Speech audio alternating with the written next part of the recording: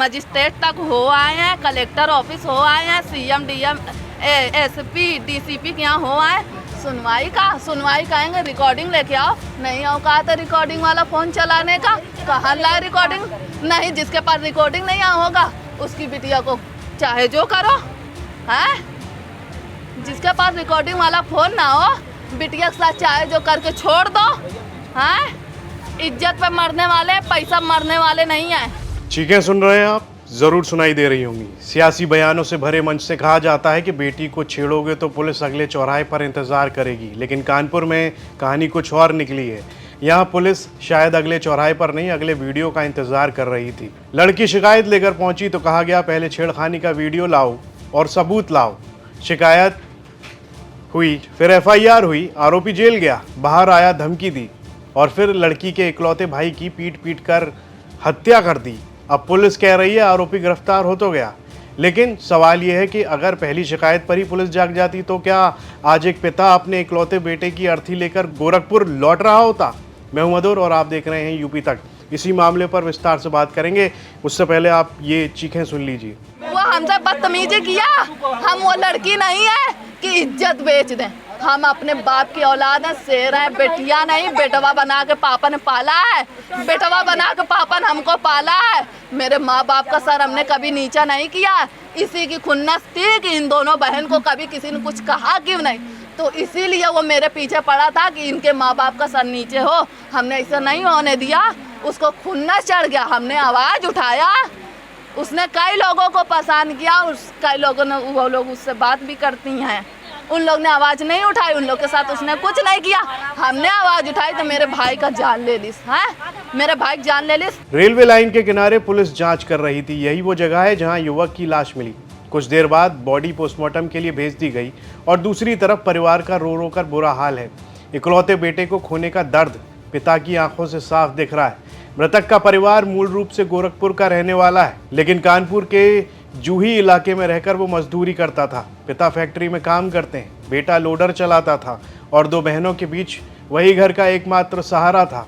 योगी जी, मुस्लिम जान का न्याय मत करना। जैसा मौलाना को घसीट कर लिए आए थे बिहार से, जैसा मौलाना को घसीट कर लिए आए थे, वैसे और उनको उसके साथ जो लोग थे दो उसको, तब जा कलेजे को ठंडक पड़ेगा। पिता का आरोप है मोहल्ले का रहने वाला अरुण गुप्ता उसकी बेटी को लगातार परेशान करता था, छेड़खानी करता था और जब शिकायत लेकर पुलिस चौकी पहुंचे तो कार्रवाई की जगह उनसे कहा गया वीडियो लेके आओ, सबूत लाओ। अब ज़रा सोचिए, छेड़खानी हो और पुलिस कहे पहले कैमरा ऑन कर लेना, यानी बेटी पहले अपनी इज्जत बचाए या फिर मोबाइल निकाल कर सबूत जुटाए। शर्म आनी चाहिए। जब चौकी से सुनवाई नहीं हुई तब परिवार ने मुख्यमंत्री पोर्टल पर शिकायत की, FIR दर्ज हुई, लेकिन आरोपी पर सिर्फ शांति भंग की कार्रवाई हुई। कुछ ही दिनों में वो बाहर आ गया। परिवार का आरोप है जेल से निकलते ही आरोपी ने धमकी दी, तेरे लड़के को मार डालूंगा। ये धमकी भी पुलिस तक पहुंची, लेकिन परिवार का कहना है कि कोई ठोस कदम नहीं उठाया गया। और गुरुवार की सुबह जब लड़का रेलवे लाइन किनारे पहुंचा तभी आरोपी भी वहां पहुंच गया और पीट कर उसे मौत के घाट उतार दिया। सर, अरुण गुप्ता अपने साथियों के साथ लेकर मेरे लड़के को मार डाला। क्यों? सर, 1 साल पहले मैंने अपने औरत का ऑपरेशन कराया था। हाँ। तो सब लोग अस्पताल में थे, ये मेरी बिटिया के साथ बदतमीजी कर रहा था। अच्छा। तो हमको पता चला तो हम थाने में जूही थाने में रिपोर्ट लिखाया। हाँ। तो उसको पुलिस वाले ले गए, बंद किए। हाँ। फिर पुलिस वाले बंद किए। हाँ। 2-4 दिन बंद था। उसके बाद जब छोड़ के आया साहब तो कह रहा कि बदला हम लेंगे, चाहे 7-8 महीना बाद चाहे जब। फिर पुलिस से आपने शिकायत नहीं की? फिर मैंने तहरीर दिया था कि मतलब हमारे साथ कुछ भी हो सकता है। तो फिर पुलिस को ने कुछ नहीं किया? तो पुलिस ने एप्लीकेशन दिया था। कोई कह रहा है कि पुलिस सबूत मांग रही थी आपसे कि वीडियो रिकॉर्डिंग या कोई हो मोबाइल? हाँ। क्या कह रही थी? कह रही थी कि वीडियो उसका बना के दिखाओ। कौन कह रहा था? चौकी पर जब गए थे, चौकी इंचार्ज साहब कह रहे थे। हैं आपने मुख्यमंत्री पोर्टल पर शिकायत की थी? मुख्यमंत्री क्या वहाँ से ऑनलाइन कराया था, तभी सर जो है रिपोर्ट लिखा गया था। इसके बावजूद मतलब अगर पुलिस कार्रवाई कर देती तो शायद और अब पुलिस कह रही है कि आरोपी को 24 घंटे के भीतर गिरफ्तार कर लिया गया है। डीसीपी दीपेंद्र चौधरी का कहना है कि हत्या बाबूपुरवा इलाके में हुई और आरोपी अरुण गुप्ता को पकड़ लिया गया है। आज सुबह पुलिस को यह सूचना प्राप्त हुई कि बाबूपुरवा के टीपी नगर क्षेत्र में जो रेलवे कॉलोनी उसके पास में रेलवे यार्ड में एक व्यक्ति की हत्या हो गई है।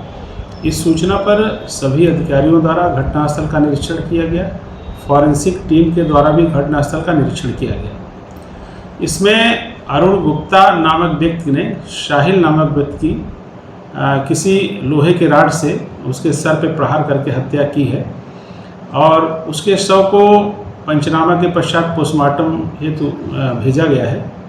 इसमें जो घटना का मुख्य अभियुक्त अरुण गुप्ता है उसको फिलहाल हिरासत में लिया गया है, जिससे पूछताछ की जा रही है। और इस घटना के संबंध में मृतक के परिजनों द्वारा एक तहरीर दी गई है, जिसमें अभियोग हत्या की धाराओं में दर्ज कर लिया गया है और इसमें हमारी विवेचना प्रचलित है। शीघ्र ही इसमें संपूर्ण साक्ष्यों के संकलन के पश्चात आरोप पत्र न्यायालय में प्रेषित किया। आरोपी गिरफ्तार हो गया है, लेकिन उस पिता को कौन समझाए जिसका इकलौता बेटा अब कभी घर नहीं लौटेगा। उस बहन को कौन समझाए जिसका इकलौता भाई अब वापस नहीं मिलेगा, जो गोरखपुर बेटे की लाश लेकर जा रहा है और पीछे छोड़ गया है। कानपुर पुलिस से सिर्फ एक सवाल, अगर पहली शिकायत पर वीडियो नहीं भरोसा किया होता, अगर धमकी को हल्के में नहीं लिया होता, तो क्या आज एक बहन का भाई और एक पिता का इकलौता बेटा जिंदा नहीं होता। कानून का डर अपराध होने के बाद नहीं, अपराध होने से पहले दिखना चाहिए, वरना गिरफ्तारी की प्रेस रिलीज किसी की ज़िंदगी वापस नहीं ला सकती है। ये खबर कानपुर से हमारे सहयोगी रंजन सिंह ने रिपोर्ट की है। इसे लिखा है मैंने यानी मधुर ने। इस पर आपकी क्या राय है, कमेंट बॉक्स में लिखकर ज़रूर बताएं। और यूपी से जुड़ी तमाम खबरें देखने के लिए आप देखते रहिए यूपी तक। पवन जी, एक बात होती है, क्या आपको कभी ऑफर नहीं आया बीजेपी की तरफ से? बहुत बार आया। आया। कैसा आया? आया। क्या ऑफर आया? आया, हमने बताया था राष्ट्रीय अध्यक्ष जी को। आया। किस तरह का ऑफर आया? मतलब सब आया, विधायक मंत्री सब आया। जानते हैं, ये भी घटना बता दें आपको। हम मेरे पिताजी, जैसे मैंने राजनीति शुरुआत की तो मेरे पिताजी कभी नहीं चाहते थे, लेकिन जब मैंने राजनीति में मैं प्रवेश कर गया, लखनऊ डिस्ट्रिक्ट उपाध्यक्ष हो गया, तो ये भी बहुत महत्वपूर्ण घटना है। नेताजी का फैजाबाद आगमन था, तो मैंने कहा कि आपको मेरे घर चलना। कहे हाँ चलेंगे तुम्हारे घर। मैं जेल से छूट के आया था, वही मेरे ऊपर गैंगस्टर और सारे मुकदमे दर्ज हुए थे बहन जी की सरकार में। उसके बाद मैं छूट के आया था, तो मैंने कहा आपको मेरे घर चलना। कहे चलेंगे। नेताजी मेरे घर आए, अंगूरीबाग कॉलोनी में। मेरी माताजी ने खाना बनाया था। नेताजी ने, जो मेरी माताजी ने बनाया था, पूड़ी सब्जी, दही कचौड़ी, दही बड़ा जो था सब खाया। नेताजी ने बैठ के पूरा आराम से सब खाया और खाने के बाद कहा कि और कुछ बना है। तो हमने मम्मी बुलाया अपनी माता जी को, तो उन्होंने पूछा क्या नाम है आपका? कहने मेरा नाम गीता। कहने बताइए कुछ और बना है? कहने जो बना था सब खिला दिया। फिर उन्होंने, मेरी माता जी ने कहा नेताजी से, ये पढ़ते लिखते नहीं है, क्या होगा इनका? नेताजी ने कहा पवन के कारण आज मुलायम सिंह यादव इस दरवाजे पर आए हैं और देखना वो एक दिन वो भी आएगा। आज मेरे आने पे डीएम कप्तान बाहर खड़े हैं, एक दिन पवन भी आगे जाएगा, डीएम कप्तान भी बाहर खड़े होंगे, पवन बड़ा आदमी नेता बनेगा। और मुझे नेताजी ने बनाया, उस स्थान पे पहुंचाया। ऐसे थे धरती पुत्र मुलायम सिंह यादव जी। तो उसी दिन से मेरी माता पिता, मेरे पूरा परिवार का एक लगाव है नेताजी के परिवार से।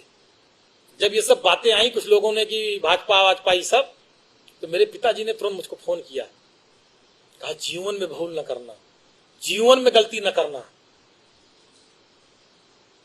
ये चीजें मेरे पिताजी ने बहुत सख्ती से मुझसे बात कही थी। मैं बहुत ईमानदारी से आपसे कह रहा हूं।